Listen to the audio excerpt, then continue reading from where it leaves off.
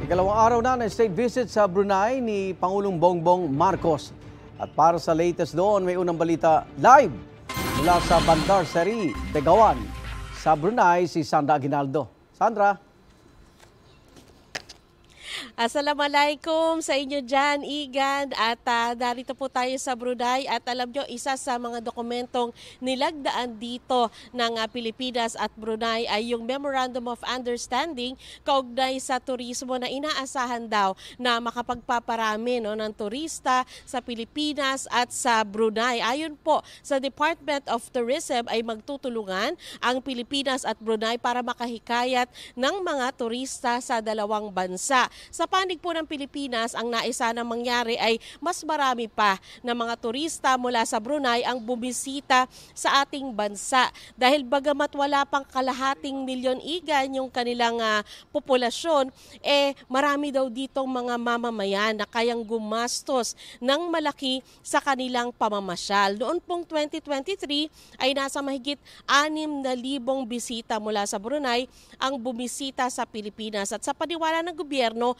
ay pwede pang maitaas ang bilang na ito. May nilagdaan din pong kasunduan sa agrikultura at umaasa naman ng Department of Agriculture na mas mapapalaki pa yung export ng Pilipinas patungong Brunei. Ayon po kay Agriculture Secretary Francisco Tiu Laurel, hiningi ng Pilipinas ang tulong ng Brunei para sa halal certification para sa mga halal food factories sa Pilipinas. Mapapalawak kasi nito ang merkado para sa halal food para sa mga kapatid nating Muslim. May magandang aquaculture technology rin daw na ginagamit dito sa Brunei na nais matutunan ng Pilipinas. Kahapon din, Iga, nagkaharap sa bilateral meeting sina Pangulong Bongbong Marcos at si Sultan Hassanal Bolkiah. Kabilang sa mga napag-usapan ng dalawang leader ang pagtutulungan ng mga bansa sa gitna ng climate change at geopolitical tensions sa rehiyon. Nagkaroon din ng state banquet kagabi sa Palasyo ng Brunei in honor of President Marcos at First Lady Liza Araneta Marcos. Sabi ng ni Sultan Bolkiah, yun daw state visit ni Marcos ay testamento ng mahaba at magandang relasyon ng Pilipinas at Brunei. Nagpasalamat din si Marcos sa mainit na pagtanggap sa kanya dito sa Brunei. Nakipagkita rin ang Pangulo sa Filipino community dito at ngayong araw, inaasahan naman na makikipagpulong ang Pangulo sa mga business leaders sa Brunei para hikayatin sila na mamuhunan sa Pilipinas. Sa kalakalan naman, Igan, mas mataas ang inimport ng Pilipinas sa Brunei na nagkakahalaga ng $267 million noong 2023. Pero yun pong in-export ng Pilipinas papunta dito sa Brunei ay mas mababa at nagkakahalaga yan ng mahigit $52 million.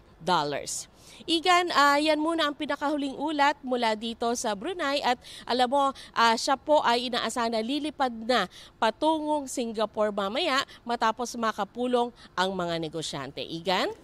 Sandra, magkano ang presyo ng gas dyan sa Brunei? Nako, Igan, alam mo mapapasana all ka, no? Dahil ang presyo po ng gas dito, dahil sila ay oil producing country, kaya po ang kanilang gas dito ay nasa 20 to 25 pesos ang presyuhan. At very stable daw yan sa ganyang presyo. Kaya rin, Igan, yung mga sasakyan dito, bihira yung pampasahero, puro nakadekotse sila at minsan daw ilang kotse sa isang pamilya dahil nga po mura ang gas dito. Igan? Talaga namang mapapasana oil ka dyan, ano? Maraming salamat, Sandra Aguinaldo. Igan, mauna ka sa mga balita. Mag-subscribe sa GMA Integrated News sa YouTube. Sa mga kapuso abroad, subaybayan nyo kami sa GMA Pinoy TV at sa www.gmanews.tv.